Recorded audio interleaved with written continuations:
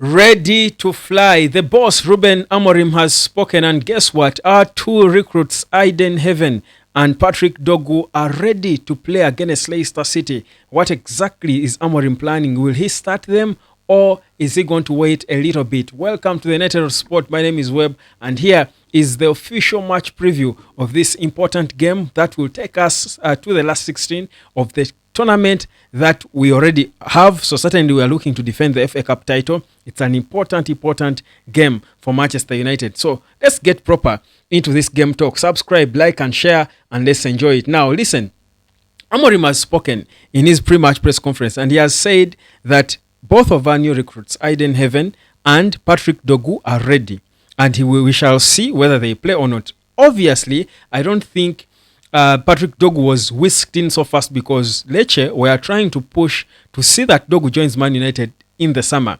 Amorim says he said he wanted him instantly, so he didn't bring him instantly to keep him on the bench. So for me, I think the one obvious starter in that game is going to be Patrick Dogu, because he's the instant change, he's the excitement, he's the reason the whole world is going to be tuned into that game, watching and hoping that this boy brings a positive impact into the team. Now, we do have a situation in the left back. Lisandro Martinez is going to be out for perhaps over a year. He's going to be out for long, by the way.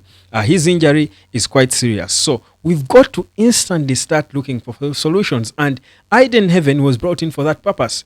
He was brought in for that reason. And if the coach says he's good enough to be playing, then put him there.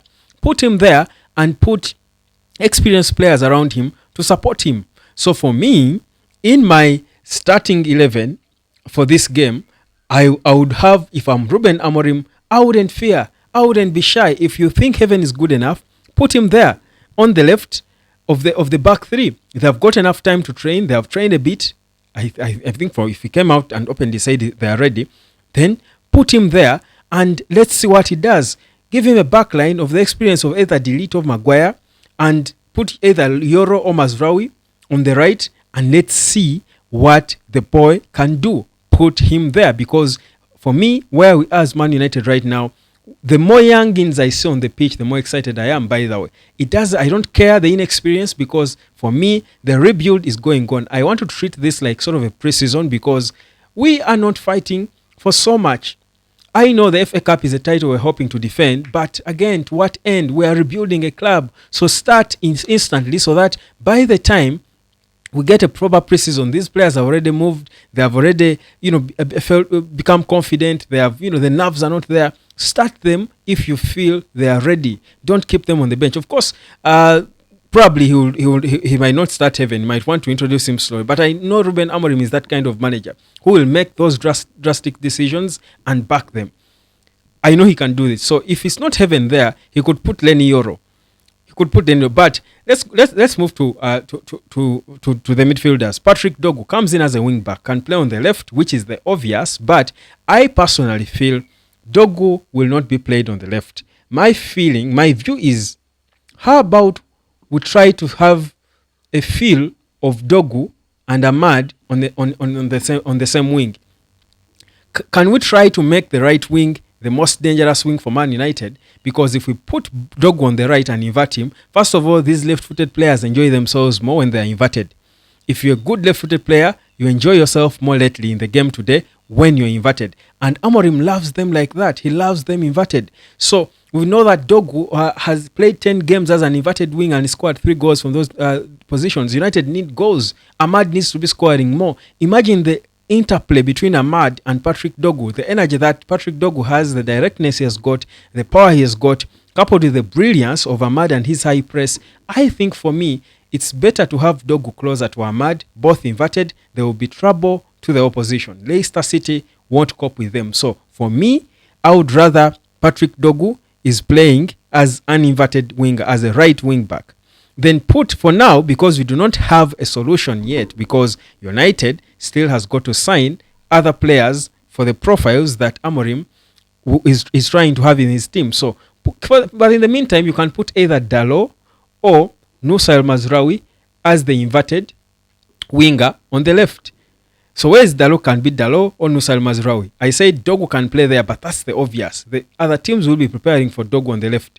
put him on the right and invert him like that. Then in the middle, definitely Bruno and Manuel Ugarte, or Bruno and Toby, but I'll put Ugarte there because, again, you want to balance it up. If you got a Heaven in the back line, you want a player in the middle who is going to do a lot of donkey work ahead of him, covering every ground and, fighting for every ball and winning it. So put Bruno and Ugarte in there. Then have your Kobe back in 10, not as a striker. Amorim has mentioned that Kobe Maino can score more. He knows he can score more. Bruno can score more, and we get it. We know it. But don't be too excited to play Kobe as a 10. In any case, for me, knowing that Amorim has been training with Chido Obi Martin, giving him his time, keeping him out of the under-18s games, I mean, you don't train with this boy only to keep him on the bench.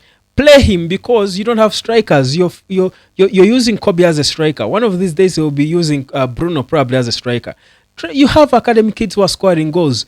Bring them in. Put Chido Obi there. If you've prepared him and you feel he's sharp, put him there and let's see what he can do, because the thing is, doomed if you don't play these young kids, doomed if you do. I don't think anyone, even if Chido Obi didn't have a good game, I don't think anyone would come and go, why did you put this kid? He's not good. We got a bad player. We all know he's a kid being developed. His development has got to start by him being tested in the big games, against the big boys. So for me, stubborn as I am, I'm Ruben Amorim. I'm dropping Chido there ahead of Zakzi, ahead of Hoyland. And even if he plays only 10 minutes, I would have made my communication already.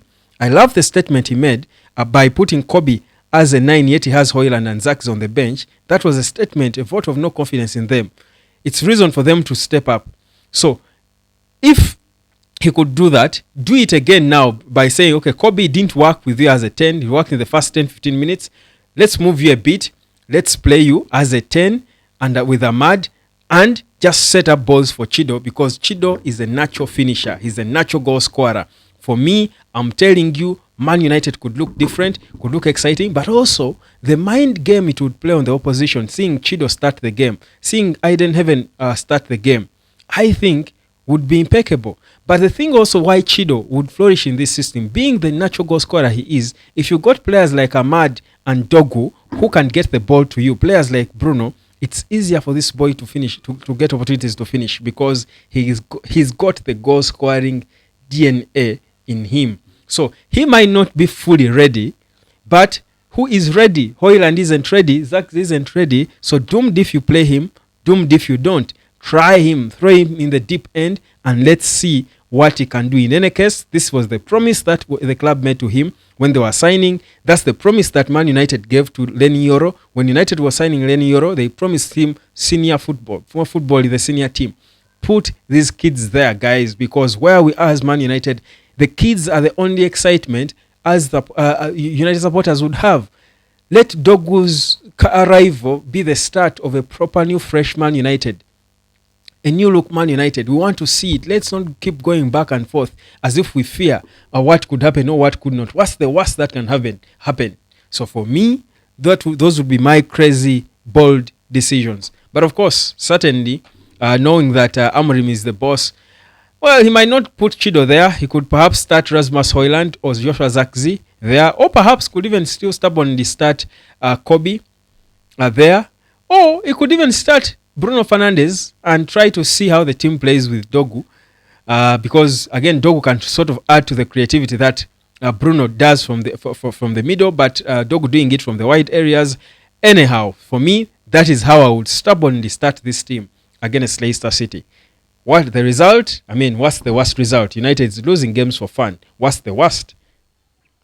Subscribe, like and share, and give me your opinion whether you're ready to take the bold decisions and play players who are going to show us the future of Man United. Subscribe. I'll catch you later.